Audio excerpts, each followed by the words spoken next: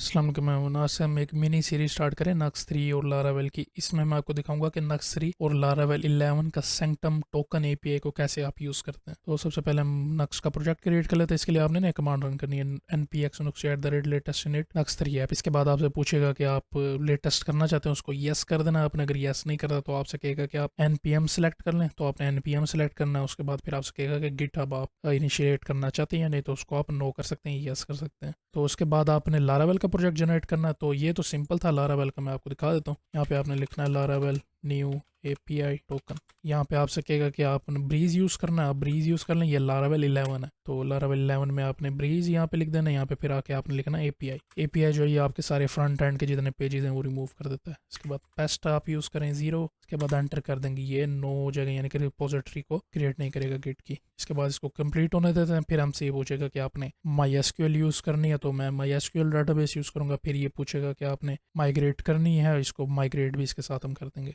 ठीक है जी, ये मेरे से पूछ रहा है, तो यहाँ पे मैं माई एसक्यूएल कर देता हूँ और इसके बाद माइग्रेशन भी करनी है, इसको हम यस कर देते हैं। इसके बाद ये माइग्रेट भी हो जाएगा और हमारा टेबल भी है जो सारे हैं वो क्रिएट हो जाएंगे और ये अब फिनिश हो जाएगा प्रोजेक्ट। ठीक है जी, प्रोजेक्ट क्रिएट हो गया। अब हम इसमें सीडी कर लेते हैं एपीआई टोकन कोड डॉट। तो ये लारावेल का प्रोजेक्ट ओपन हो गया और अब मैं नेक्स्ट वाला भी कर लेता हूँ। ठीक है जी, ये नेक्स्ट का प्रोजेक्ट ओपन हो गया। यहाँ पे मैं इसको कर लेता हूँ npm run dev। ये आपने याद रखना कि ये लोकल होस्ट 3000 पे चल रहा है। ठीक है, इसको मैं यहाँ से कॉपी कर लेता हूँ क्योंकि अभी हमें इसकी ज़रूरत होगी। यहाँ पे आपने लारावेल में आ जाना। लारावेल में आके ना यहाँ पे आपने ओपन करना .env। यहाँ पे मेक श्योर करना है कि जो भी हमने कॉपी की है जिसके ऊपर हमारा प्रोजेक्ट चल रहा है वो ये सेम हो।